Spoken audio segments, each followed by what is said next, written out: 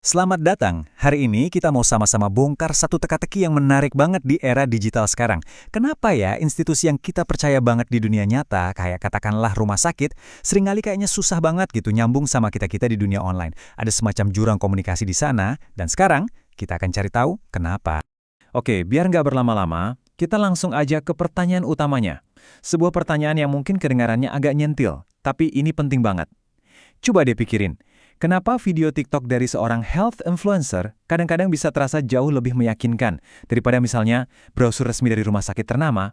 Nah, inilah inti dari semua yang akan kita bahas. Fenomena ini bisa kita sebut sebagai krisis kepercayaan era digital. Gini, institusi itu kan punya keahlian yang top banget, nggak ada yang meragukan itu. Tapi masalahnya, di dunia online, keahlian doang ternyata nggak cukup. Mereka seringkali punya relatability atau keterhubungan yang rendah, yang akhirnya bikin audiens jadi kurang percaya. Di panggung digital, ternyata keahlian itu butuh partner, yaitu koneksi. Sekarang, yuk kita coba jadi detektif dan bedah kenapanya. Sebenarnya ada 4 alasan psikologis utama yang bisa ngejelasin kenapa otak kita secara alami, secara default, lebih nyantol sama konten-konten yang terasa personal, persis seperti yang dibuat para influencer. Yang pertama, dan ini yang paling kuat, adalah hubungan parasosial. Konsepnya sederhana. Otak kita itu dirancang untuk terhubung dengan sesama manusia, bukan sama logo atau gedung.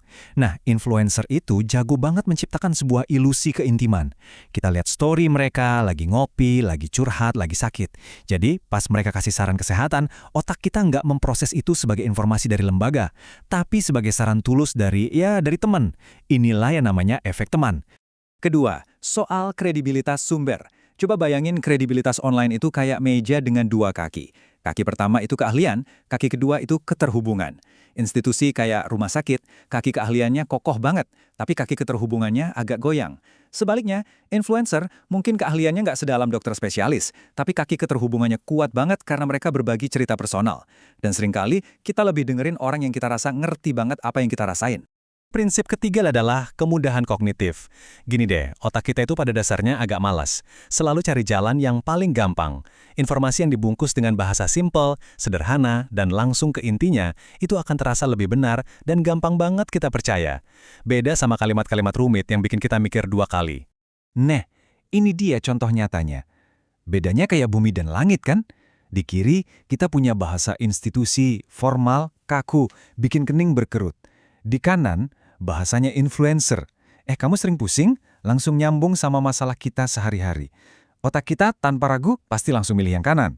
Yang terakhir ada namanya efek halo. Sederhananya, di dunia digital, kemasan itu penting banget. Kalau sebuah konten visualnya keren, modern, estetik, kita jadi secara nggak sadar mikir, wah isinya pasti bagus juga nih. Nah, para influencer itu adalah master soal kemasan ini. Kalau kita lihat tabel ini, semua masalah yang tadi kita bahas jadi kelihatan jelas banget.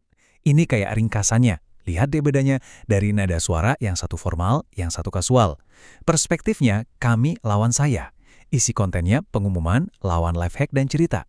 Ini beneran 2 dunia komunikasi yang berbeda, dan audiens digital udah jelas-jelas lebih nyaman tinggal di dunianya para influencer. Oke, terus solusinya gimana? Apa institusi harus pasrah aja? Tentu enggak. Kuncinya itu ada di pergeseran cara berpikir. Dari yang tadinya cuma jadi robot humas yang tugasnya menyiarkan informasi, menjadi seorang human connector yang tulus membangun jembatan kepercayaan. Buat ngebangun jembatan ini ada 4 langkah praktis yang bisa langsung dicoba. Pertama, tunjukkan sisi manusiawi para dokter dan perawat. Kedua, pakai kekuatan suara pasien. Testimoni mereka itu ampuh banget. Ketiga, selalu sederhanakan penjelasan. Anggap aja kita lagi jelasin ke anak umur 5 tahun. Dan yang paling penting, ikut nimbrung dalam percakapan. Jangan cuma posting terus ditinggal. Sekarang kita masuk ke bagian yang lebih teknis ya. Resepnya gimana? Ada sebuah kerangka kerja yang bisa kita sebut warm authority atau otoritas yang hangat. Tujuannya adalah menciptakan konten yang tetap berwibawa dan terpercaya, tapi juga terasa hangat dan gampang didekati. Kerangka kerja ini punya 5 pilar utama. Mulai dari visualnya dulu, pilih warna dan font yang lebih ramah. Terus setiap bikin foto atau video, fokusnya ke manusia, bukan ke alat canggih atau gedung megah.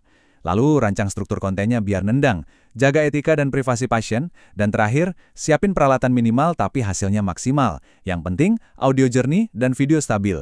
Dah, bagian ini adalah rahasia dapurnya. Struktur konten. 3 detik pertama itu segalanya.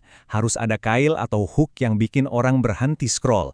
Biasanya bentuknya pertanyaan. Habis itu, kasih penjelasan singkat tapi menarik. Kasih tips yang berguna. Dan di akhir, jangan lupa ajak mereka buat berinteraksi atau konsultasi. Simpel kan? Oke, jadi mari kita tarik benang merah dari semua obrolan kita hari ini. Pada intinya, ini semua adalah soal bagaimana kita membangun sebuah jembatan yang kokoh antara dua pulau, pulau keahlian dan pulau keterhubungan. Kutipan ini rasanya merangkum semuanya dengan sempurna. Di zaman sekarang, punya teknologi paling canggih itu hebat, tapi bisa mengerti perasaan audiens itu, wow, itu yang dicari. Koneksi emosional itu sama pentingnya dengan keahlian medis. Orang nggak cuma cari institusi yang pinter, tapi juga yang peduli. Sebagai penutup, saya mau meninggalkan Anda dengan satu pertanyaan untuk direnungkan. Pertanyaannya bukan lagi perlu nggak sih institusi main media sosial, tapi gimana cara mereka bicara di sana? Apakah institusi Anda sudah siap melepas jubah formalitasnya dan mulai berbicara dengan bahasa manusia?